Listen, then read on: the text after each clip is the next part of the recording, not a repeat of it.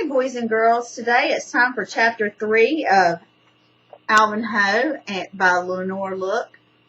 So today's going to be funny. I really think it's going to be hilarious, this chapter.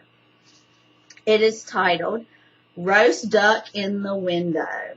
You can see Alvin and his brother over here. Okay. After a while, I just had to bother Calvin, because remember yesterday, he was making his PDK, his personal disaster kit, and he asked Calvin to help him with part of it on how to make a friend. And so if Calvin helped him do that part, he was going to leave Calvin alone. Well, now he's decided that after a while, he just has to bother Calvin again. He had stopped reading the encyclopedia online and was now sitting on the floor and holding a permanent marker in his hand. "What you doing?" I asked. "I'm writing my name on everything I own," said Calvin. "That way you'll have to ask for permission before you touch my stuff." Oh. He wrote Calvin Ho on the bottom of his sneakers. Then he wrote C. Ho in glistening black marker on the bottom of his baseball glove. Calvin Ho went on the inside of his batting helmet. Finally, he began writing Calvin Ho on the inside of his favorite books, which were also my favorite books.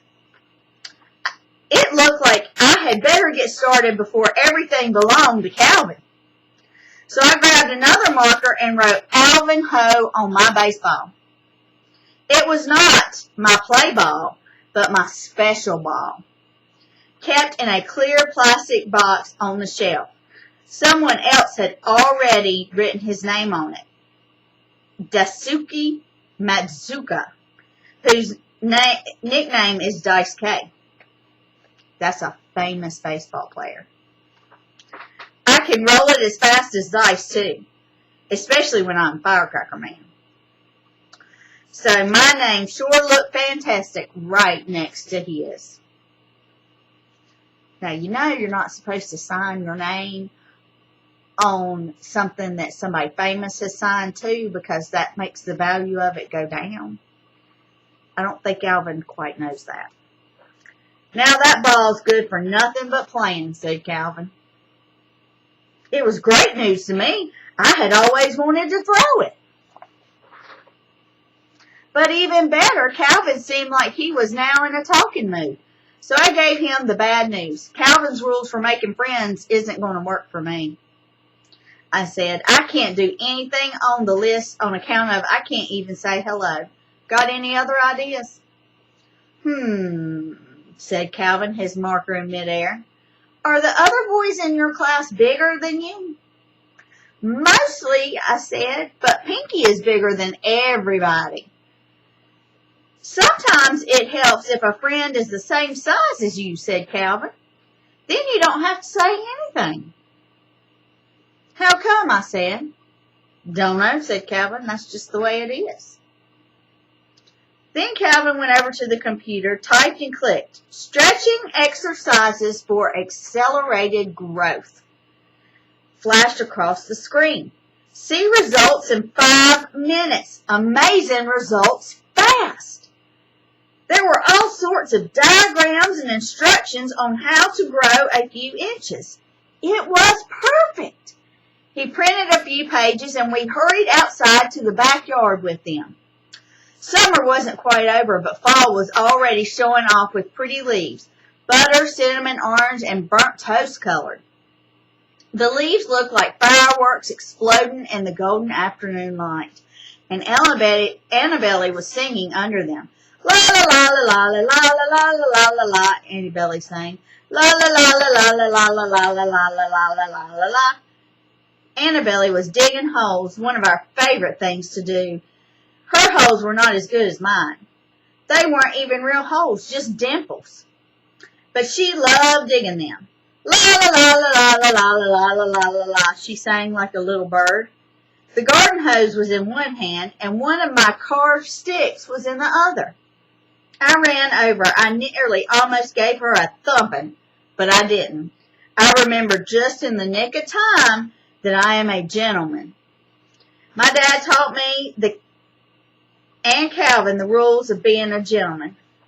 Rule number 1, no hitting, especially girls. Unfortunately, if I remember one rule, it should be this, my dad said, and if I forget it, I will not be a man, but a mushroom. Being a man would be a lot easier if Annabelle didn't mess with my things, eat my food, drink my chocolate milk, or get in my way. Annabelle, I said breathless, that stick's been carved and it's not for digging, it's only for robbery and mayhem. Yep, said Annabelle. She stopped. She looked at the stick. My dad had shown me how to use a knife and take off the bark so it would be smooth. I had a rare collection of these sticks against the back fence. And it's good for digging, Annabelle said. Try it. So I did. And so did Calvin. He digs better than anybody. He's a regular backhoe. Someday he could become the world's best hole digger. Dirt flew, water gushed. It was great. When our yard had more holes than a prairie dog exhibit at the zoo, we stopped. Annabelle, you're right, Calvin declared. These sticks are good for digging. They're smooth in the hand and not rough. Annabelle beamed. Calvin always has a good word for her. Now Alvin and I have work to do, said Calvin. Work? Annabelle looked puzzled. Calvin made a stirrup with his hands, and I stuck my foot into it, and he pushed me up into our apple tree. I grabbed a branch and hung from it. What kind of work is that? Said Annabelle. It's a stretching exercise, said Calvin, to make him taller. Being bigger will help him make friends in school. Oh, said Annabelle. She tilted like a teapot to look at me. You look like a duck hanging in a Chinatown window. Come on, let's help him, said Calvin. He reached up and pulled on one foot, and Annabelle copied, pulling on the other. See results in 5 minutes, said Calvin. Amazing results fast. It hurt my armpits just a little, not too much. I could feel myself stretching like a rubber chicken. And there's Alvin hanging from the tree. Suddenly, Annabelle let go. Let's go bake cookies with Mom, she shrieked and began running towards the house.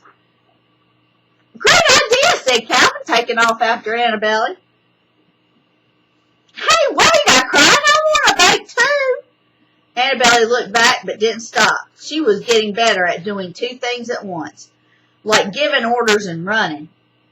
You keep stretching, Alvin, she said as she ran. We'll bring you some cookies when they come piping hot out of the oven, okay? That way you'll be half grown by the time we get back. Great idea, I squeaked. Annabelle isn't in school yet, but she says things that sound as though she's already been through the 6th grade or something. But it wasn't such a great idea for long. I could feel my grip slipping. I couldn't hang on forever. I couldn't even hang on much longer. But I couldn't jump either. I'm afraid of heights. I could break some bones if I fell. So I swung my legs up and draped my knees over the branch, like on the monkey bars at school. It was a close call. But this was not the monkey bars. I was now upside down and even further from the ground. And I was stuck. Calvin, I yelled, help me down. There was no answer for a long time. Then the scent of cookies wafted out of the house. Hey! I screamed. I heard milk glasses clinking, followed by the muffled voices of a TV cooking show. Then the sound of Annabelle singing, la la la la la la la la la la la. Annabelle, help! I screamed. La la la la la la la la la la la la la la la la, sang Annabelle. Mom! I squawked. My breath puffed out in clouds. My face froze. My nose ran, my ears rang, and my head spun. Then I had an itch, and I couldn't reach it. But that wasn't the worst of it. It was getting dark. The wind moved and the leaves applauded. The garden hose hissed and slithered. The grass disappeared and in its place roared a black, black sea. Ah! I screamed. Somewhere a piano played. Video games blasted and Annabelle sang la la la la la la la la la la. I wanted to cry, so I did. I squeezed the branch with my knees and cried full blast. Crying is really great, even upside down. Everything always feels better afterward. And it was. Soon I heard Louise coughing up the driveway. Louise is my dad's wasabi green car, which he loves more than fireworks. My dad was home. My dad is the dad, which means he's the best. He would save me. He always does. Dad, I yelled. Dad, help me. Dad, I'm in the tree, I screamed as loudly as I could. But there was no problem. There was one problem. No sound came out of my mouth. Uh-oh. My voice was all in my head. And there, out there in the cold, in the dark, in the grasp of the evil tree, perched above the hungry sea, I was too scared to speak, and school hadn't even started. Oh, you poor thing, said my mom, rolling me up in a blanket before carrying me into the house. How did we forget you? It is easy to forget me. I don't make much noise whenever I am scared out of my wits. And like my dad says, out of sight, out of mind, which means if you don't see me, you won't think of me either. But finally, when Mom saw my empty place at the dinner table, she thought of me. My mom is the mom. She never had another life like my dad, who was probably secretly a gun fu action hero, spy master, assassin before he was a dad. She was always a mom. She was practically born that way, but that's okay. She is really super duper. She is not afraid of heights. She can climb a tree in 2 seconds flat and tear me, poor thing, from the grasp of the evil tree, just like that. I love it when she calls me that, poor thing. It is almost worth hanging like a roast duck to hear it. Poor thing. We'll read more about Alvin tomorrow when we read chapter 4.